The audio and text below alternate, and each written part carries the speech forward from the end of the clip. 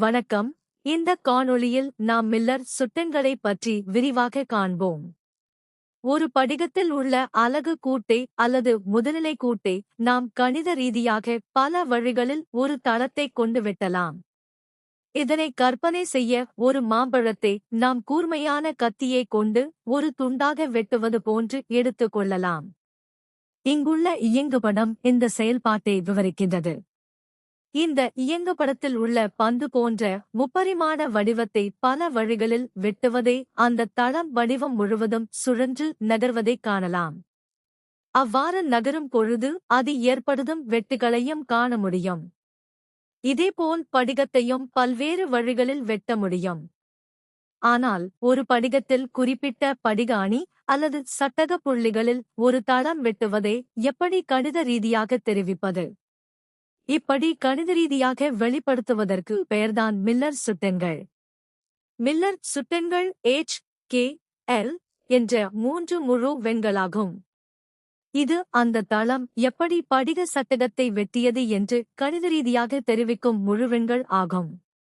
இதனை புரிந்து கொள்ள ஒரு தளம் கனசதுர முறைமையை X அச்சில் ஒரு புள்ளியிலும் Y அச்சில் ஒரு புள்ளியிலும் Z அச்சில் ஒரு புள்ளியிலும் வெட்டுகிறது என்று வைத்துக் கொண்டால் மில்லர் சுட்டெண்களான H.K.L. ஐ கண்டுபிடிக்க ஒவ்வொரு அச்சில் தளம் வெட்டிய இடத்தின் எண்ணின் தலைகீழ் மதிப்பு என்னவென்று கண்டுபிடித்து அவற்றை மிகச் சிறிய முழு எண்களின் விகிதமாக மாற்றுவதே ஆகும். இங்கு உள்ள வெட்டுதளம் எப்படி வெட்டியது என்பதனை மில்லர் சுட்டெண்களான 1 ஐ வைத்து அறியலாம். ஆனால் வெட்டுதளம் ஒரு அச்சில் மட்டுமே வெட்டி மற்ற 2 அச்சுகளுக்கு இணைதளமாக இருந்தால் அப்போது வெட்டாத 2 அச்சுகளில் அதன் மதிப்பு முடிவிலி என எடுத்துக்கொள்ள வேண்டும். அப்படியானால் முடிவிலியின் தலைகீழ் மதிப்பு சுழி ஆகும். மில்லர் சுட்டெண்கள் இந்த வெட்டுதளத்திற்கு 1 0 ஆகும். இதேபோல் வெட்டுதளம் 2 அச்சுகளில் ஒரு புள்ளியில் எடுத்துக்காட்டாக 1 என்ற குறுக்கீட்டு மதிப்புடன் வெட்டி ஒரு அச்சுக்கு மட்டும் இணையாக இருந்தால் அங்கே அதன் குறுக்கீட்டு மதிப்பு முடிவிலியாகவே இருக்கும்.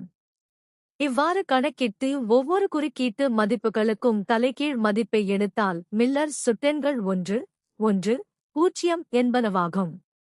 இந்த காணொளி பிடித்திருந்தால் உங்கள் விருப்பத்தை தெரிவிக்கவும். மேலும் பல காணொளிகளுக்கு இந்த ஊடகத்தில் குழு சேரவும். நன்றி.